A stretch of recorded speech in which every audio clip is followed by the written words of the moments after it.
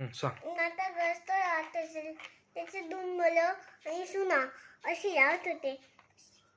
श्रीपतीची प्रकृती अशी ते थरथरीत होते. त्या साधी शिंक येत नसेल.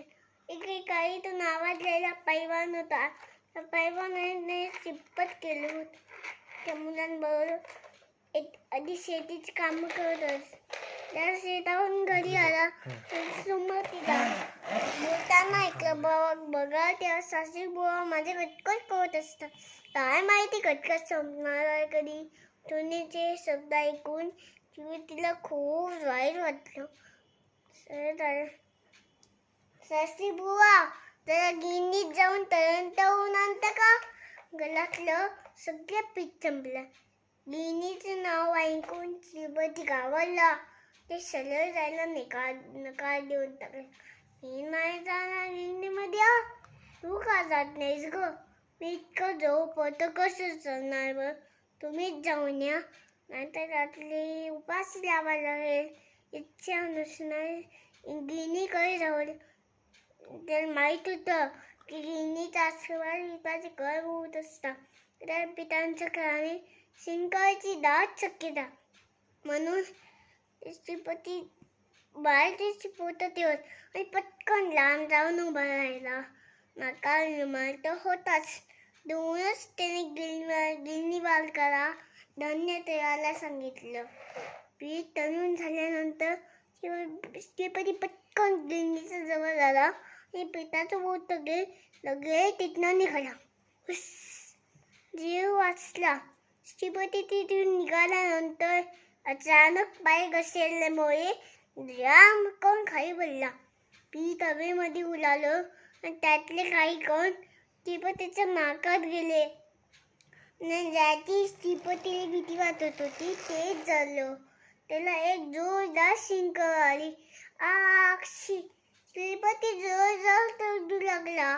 मेलो मेलो मेलो मेलो मेलो आरडा ऐकून गिरणीवाला बाहेर आला.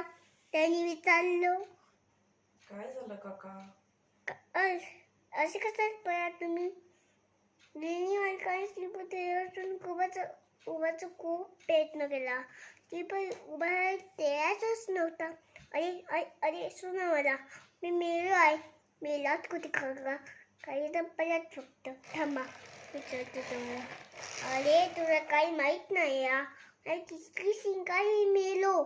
डबल काका आहे ना तुमची. शिंकाई म्हणतोय मला बंडीजींनी सांगितलं होतं. किती वेळ 3 शिंकाई आणि मी मरून जाईल.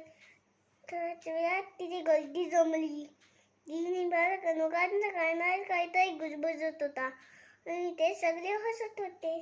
तेवढ्यात कुठेतरी काय बघल्यास श्रीपतीच्या जवळ आले. आजोबांचे सांधे पीठ मजेत खात गेला. श्रीपती हंगाम झाला. पल्ल्या बकलीला हकलू लागला. पाहत ना पण बकले का पळाले नाही. श्रीपतीच्या दुधल्याचा एक तो बकरीच्या तोंडातच नाही. श्रीपती जोरात हातात झाल्यावरच बकरी घाबरून मागे गेली. श्रीपतीच्या धोत्याचं एक तर बकरीच्या तोंडातच राहिलं. आणि श्रीपतीचं धोतर सुटून गेलं. श्रीपती त्या बकरीच्या पाठी जाऊ लागला.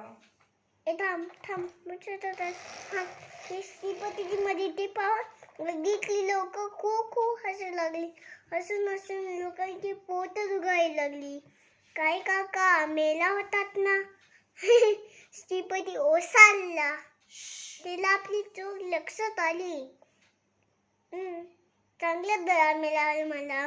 कुठली शिंगाने कुठलं मला केव्हाची माया कुठल्याहून कुठे सावली.